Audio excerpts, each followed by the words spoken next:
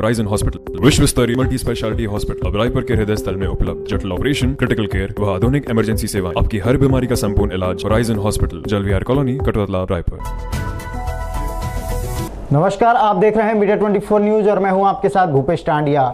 मरवाही विधानसभा उपचुनाव को लेकर बिगुल बज चुका है। मरवाही विधानसभा उपचुनाव में इस बार बिलासपुर विधायक शैलेश पांडे को विशेष जिम्मेदारी दी गई है। मरवाही विधानसभा उपचुनाव को लेकर हमारे चैनल हेड प्रमोद मिश्रा ने बिलासपुर विधायक शैलेश पांडे से खास बातचीत की है। मरवाही विधानसभा उपचुनाव का बिगुल बज चुका है, ऐसे में सभी पार्टियां तैयारी में लग चुकी हैं। इस बार कांग्रेस से बिलासपुर के विधायक शैलेश पांडे को हम जिम्मेदारी दी गई, उनसे बात करेंगे। शैलेश जी, जिस प्रकार से मरवाही में विधानसभा को उपचुनाव होने हैं, प्रतिष्ठा की लड़ाई कही जा रही है, चाहे जोगी कांग्रेस के लिए हो चाहे कांग्रेस के लिए हो, क्या लग रहा है माहौल इस बार मरवाही की जनता का? मरवाही का जो उपचुनाव है ये एक हाई प्रोफाइल सीट है और इसमें पूर्व मुख्यमंत्री अजीत जोगी जी की ये सीट हुआ करती थी। उनके निधन के बाद उपचुनाव हो रहा है और मरवाही में पिछले 15 सालों में जो वहाँ की जनता के साथ जो छलावा हुआ है, जो धोखा हुआ है, वहाँ जितने भी जनप्रतिनिधि रहे हैं उन्होंने कभी भी मरवाही की जनता के साथ न्याय नहीं किया। सिर्फ उनकी भावनाओं के साथ खिलवाड़ करते रहे, सिर्फ उनकी। और भारतीय जनता पार्टी और उनकी जो बी टीम है, इन दोनों ने जो है वहाँ की जनता को धोखा दिया है। अब हमारे मुख्यमंत्री भूपेश बघेल जी ने, जबकि मरवाही सीट और कोटा सीट, पूरा पेंड्रा गौरेला मरवाही जिला, इसमें 1.5 सीट है, वो हमारी नहीं थी। उसके बावजूद भी हमारी सरकार ने उसको जिला बनाया, पेंड्रा गौरेला मरवाही का नाम दिया, वहाँ पर नगर पंचायत का उन्नयन किया, नगर पालिकाओं बनाई गई, वहाँ पर लगभग 350 करोड़ के आसपास जो है विकास के कार्य सैंक्शन किए गए।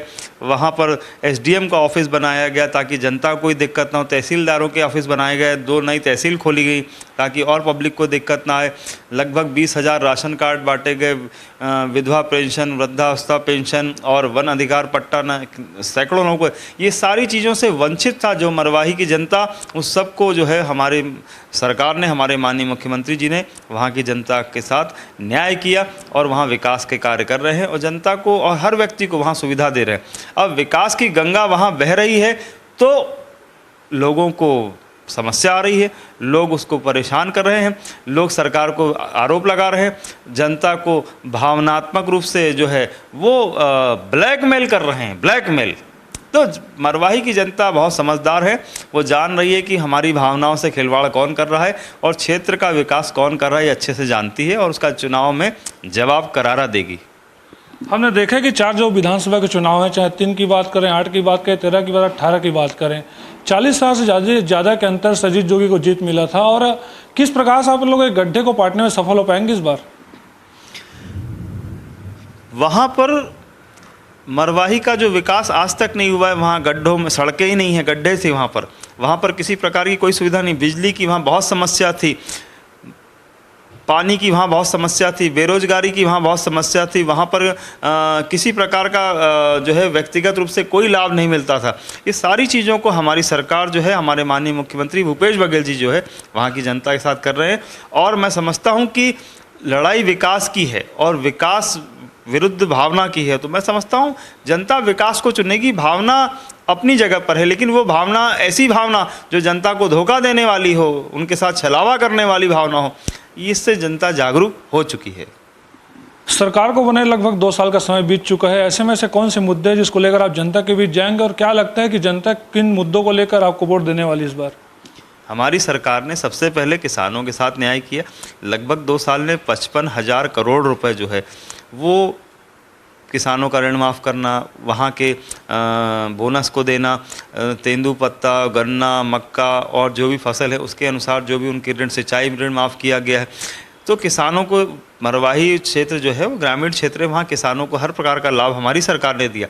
इसके साथ साथ जिला बनाया और हर सुविधा जो नए ज़िले को दी जा सकती है, नई सौगातें जो नए ज़िले को दी जा सकती है, वो काम पूरा सरकार कर रही है। और मैं समझता हूँ कि सरकार के 2 साल के जो कार्य हैं, उन कार्यों को देखते हुए ही मरवाही की जनता जो है वो कांग्रेस को वहाँ से चुनेगी। इस बार आपको दक्षिण मरवाही का जिम्मेदारी सौंपा गया है और हम देख रहे हैं कि लगातार जो जोगी कांग्रेस के कार्यकर्ता हैं कांग्रेस में प्रवेश कर रहे हैं, तो क्या लगता है इससे कितना फ़ायदा पार्टी को मिलेगा, कांग्रेस को मिलेगा वोट के तौर पे? देखिए, जिनकी सरकार थी 15 साल, उनको मरवाही की जनता ने देख लिया। जो वहाँ पिछले 10 साल से प्रतिनिधि थे, 15 साल से, उनको जनता ने देख लिया। अब उनका देखने की ज़रूरत नहीं है, वो तो सब जान चुकी है कि ए और बी टीम वहाँ किस प्रकार से काम करी है।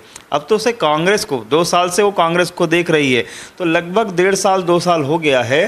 कांग्रेस के कामों को जो जनता ने देखा है, उस कामों के आधार पर जनता जो है वहाँ की कांग्रेस के साथ रहेगी, और वहाँ पर बहुत उत्साह है कांग्रेस की सरकार को लेकर, और वहाँ की जनता खुश भी है कि उनको वो नई उम्मीद की किरण वहाँ तलाश रही है। और मुझे लगता है कि एक नए उत्साह और नई उम्मीद की किरण के साथ कांग्रेस का ही उम्मीदवार वहाँ पर विजयी होगा। अंतिम सवाल है, जिस प्रकार से जाति प्रमाण पत्र को लेकर काफ़ी बवाल मचा हुआ है, लगातार जो ही कांग्रेस कांग्रेस पे आरोप लगा रही है कि जब ही क्यों इस मुद्दे को उठाया जा रहा है, क्या लगता है जिस प्रकार से जाति का जो मुद्दा उठ रहा है, जाति प्रमाण पत्र, कितना इफेक्ट डालेगा इस चुनाव में? देखिए, इसमें जाति के मामले को लेकर कोई कांग्रेस का कुछ भी इसमें कहना नहीं है। किसी व्यक्ति, उनकी जाति क्या है वो बताएंगे, कांग्रेस थोड़ा ना बताएगी भाई।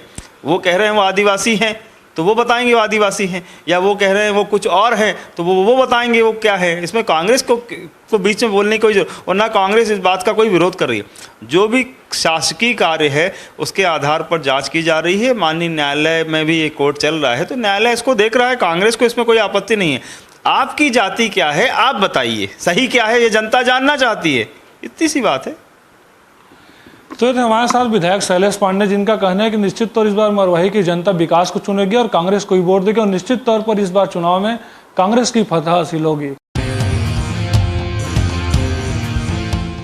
मंजिलें हों चाहे जितने, पर राह सबकी एक। डॉक्टर सीवी रमन यूनिवर्सिटी, करगी रोड, कोटा, बिलासपुर।